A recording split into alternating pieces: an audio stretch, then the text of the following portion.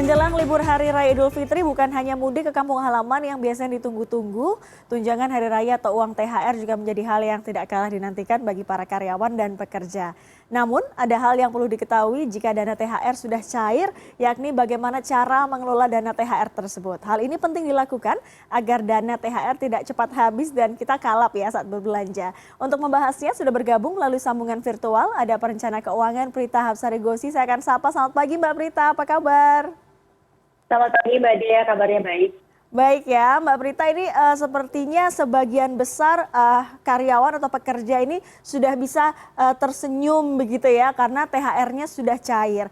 Setiap tahun kami selalu membahas soal bagaimana mengalokasikan THR, tapi sepertinya pasca pandemi dan juga gaya hidup yang pastinya sedikit berubah. Seperti apa Mbak di 2023 ini untuk masyarakat menyikapi pendapatan dalam bentuk THR ini?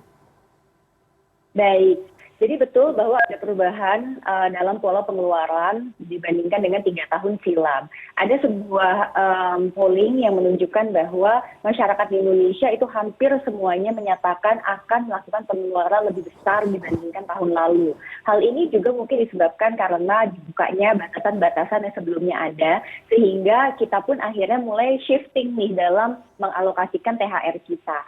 Nah, kalau sebelumnya Mbak, itu kebanyakan orang masih bisa menabung, kemudian mungkin karena situasi kehidupan juga dia banyak mengumpulkan dana darurat. Kalau sekarang jadi berbeda. Banyak sekali yang mengalokasikan THR-nya itu memang digunakan untuk betul-betul kebutuhan lebaran dan juga mudik. Sehingga kalau ditanya persentase terbesar yang mereka gunakan dari THR untuk apa, memang digunakan untuk belanja, THR untuk orang lain lagi atau bagi-bagi angpau, lalu untuk mudik dan juga untuk makanan, terutama karena banyaknya undangan atau silaturahmi untuk buka bersama. Jadi karena gajinya nggak cukup, akhirnya mengambil dari THR juga.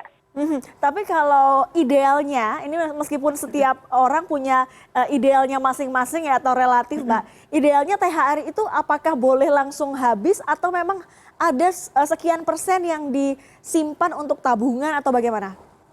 Ya, saya usulkan pembagian alokasi THR dengan prioritas sebagai berikut. 5% pertama itu perlu kita alokasikan untuk yang kewajiban. Bagi umat muslim, saya ingin mengingatkan bahwa ada zakat fitrah yang memang perlu kita bayarkan di bulan Ramadan ini. Biasanya 5% dari THR kita tuh cukup, tetapi kalaupun tidak, itu kita harus hitung secara rupiah. Karena kan bagaimanapun setiap keluarga, jumlah anggota keluarganya berbeda-beda. Jadi silakan kalikan saja dengan jumlah anggota keluarga Anda. Lalu kalau misalnya Anda juga masih memiliki kewajiban seperti zakat mal atau zakat yang memang dari penghasilan yang belum pernah ditunaikan. Nah, sebetulnya adanya THR ini juga bisa membantu Anda. Nah, kemudian kita bisa menggunakan 50%-nya maksimal untuk kebutuhan lebaran. Nah, kalau kata-kata saya maksimal artinya Anda tidak perlu sampai di-push 50%. Tapi pun kalau dipakai 50% tidak apa-apa. Biasanya alokasi ini kita akan gunakan untuk renovasi rumah, kebutuhan lebaran, kemudian misalnya untuk ganti pakaian, lalu kalau mau kasih angpau-angpau dan lain-lain, itu semuanya masuknya ke situ. Nah, saya juga ingin mengingatkan 10% dari THR mohon dialokasikan untuk dana darurat. Karena biasanya hal ini akan bisa membantu kita kalau terjadi hal-hal yang tak terduga sepanjang momen Ramadan dan Lebaran. Nah, kemudian berikutnya saya juga anjurkan sekitar 20% itu adalah maksimal untuk kebutuhan mudik.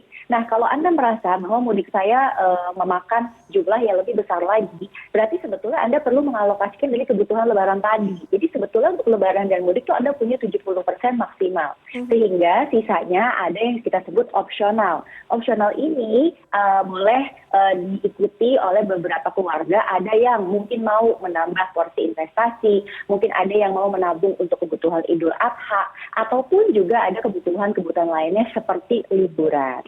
Baik, nih liburan kalau anak-anak muda ini liburan ada sekitar 30% lah kira-kira yang dialokasikan dari dana THR. Nah, ini kalau bicara anak muda 2020 sampai 2023 kita mengenal istilah sandwich generation. Mbak Prita, ini sandwich generation tentunya punya tanggung jawab juga terhadap orang-orang yang dia tanggung, biasanya adalah keluarga inti, keluarga dekat seperti orang tua, adik maupun kakak. tapi juga pasti memiliki rasa ego, ingin diri sendiri juga ingin menikmati THR. Seperti apa Mbak? Saran yang bisa Mbak Prita berikan kepada teman-teman yang saat ini kondisinya atau situasinya menjadi sandwich generation? Ya, kalau memang situasinya ada biaya hidup yang perlu ditanggung dan jumlahnya cukup besar, itu mungkin saya anjurkan mengambil dari kebutuhan lebaran tadi. Tetapi kan kita juga paham bahwa kebutuhan tersebut sifatnya rutin bulanan, sehingga kalau kita bergantung pada THR sepertinya kurang bijaksana, bahwa kita memang perlu mengalokasikannya dari gaji bulanan kita.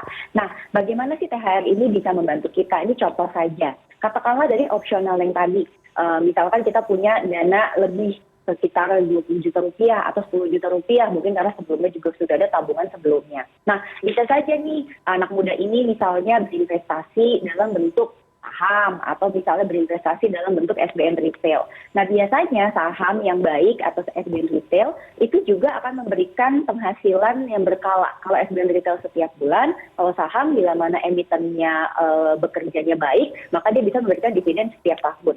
Nah, dari ego anak muda ini yang mungkin pengen beli tiket konser atau misalnya pengen liburan kemana, itu sebenarnya bisa memanfaatkan si penghasilan yang dia peroleh dari aset investasi yang dia lakukan. Jadi modal aset investasinya tetap ada dan ini bisa kita gunakan sewaktu-waktu, bisa dicairkan sewaktu-waktu kalau memang terpaksa banget. Tapi kalau misalnya tidak, nah maka hasil investasinya itulah yang bisa kita kumpulin pelan-pelan, lalu misalnya dibelikan tiket konser, lalu nanti mungkin akhir tahun baru beli tiket liburan, dan lain-lain.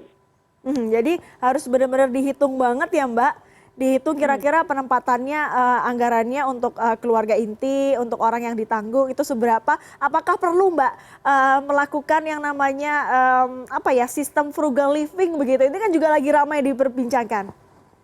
Ya, frugal living ini kan adalah sebuah gaya hidup yang dipilih oleh seseorang yang memang mencari opsi-opsi yang paling ekonomis. Nah, ini adalah definisi frugal living yang saya pahami. Karena kalau definisi yang lain itu masuk kategorinya adalah hidup minimalis.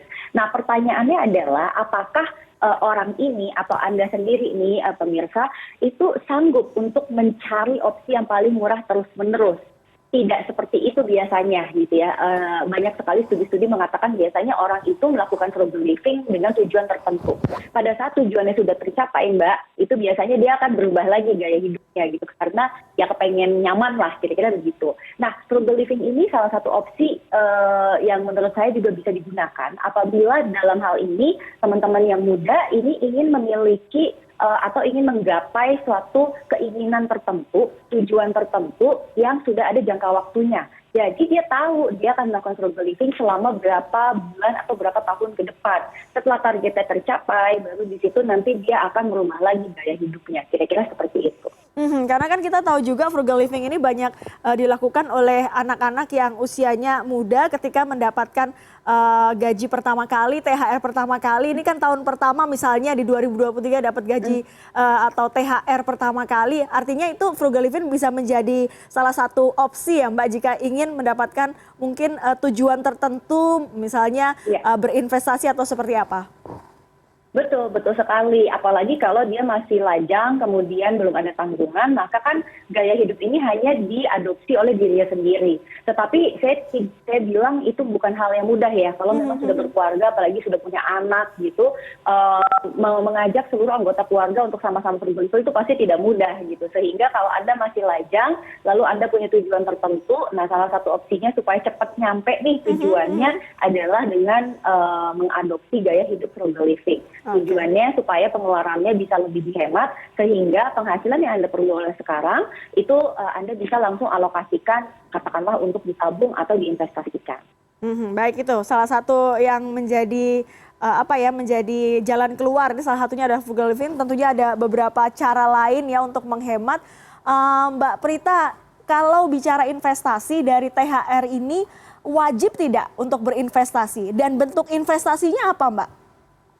Oke, kalau bahasanya wajib tentu saja jawabannya tidak. Tetapi kalau bahasanya adalah apakah ini merupakan sarana yang sangat baik untuk bisa berinvestasi, jawabannya iya.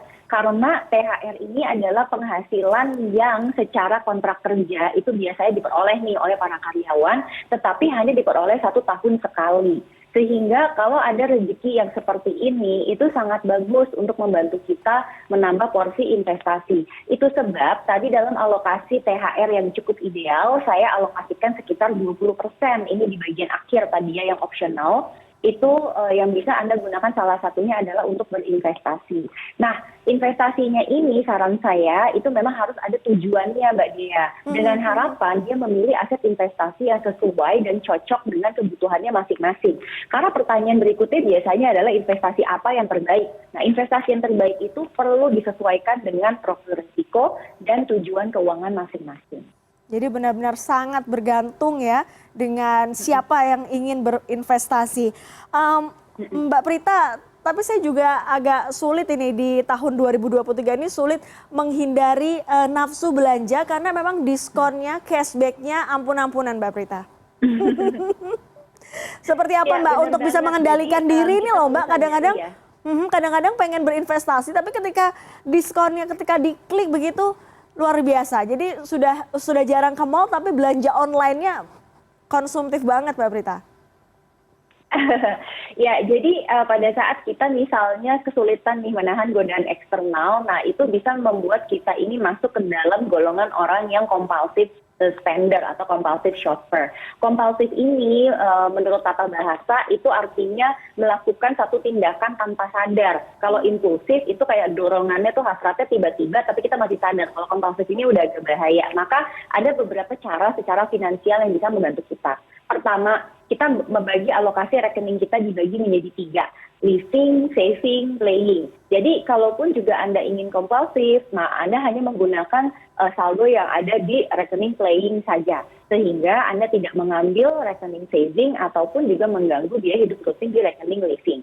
Lalu berikutnya adalah coba untuk mempraktekkan jeda sebelum Anda membeli segala sesuatu. Jadi boleh aja sih masukin ke keranjang dulu, tetapi sebelum check out coba ambil jeda dulu, tungguin 1 hari, 2 hari, apakah Anda masih menginginkannya atau Anda lupa.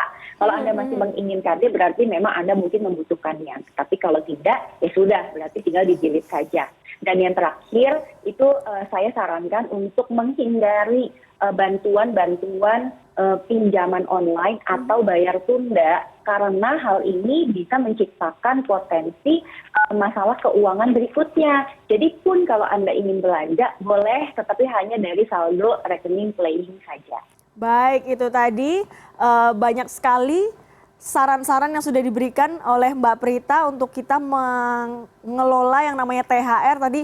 Presentasinya sudah jelas, terus kalau misalnya mau melakukan hal-hal yang menghibur atau tersier juga sudah dijelaskan tadi dan investasinya bisa bermacam-macam, terserah dengan orang seperti apa cocoknya itu sangat personal ya. Terima kasih Mbak Prita sudah bergabung bersama CNN Indonesia Bisnis dan Referensi. Sehat selalu Mbak.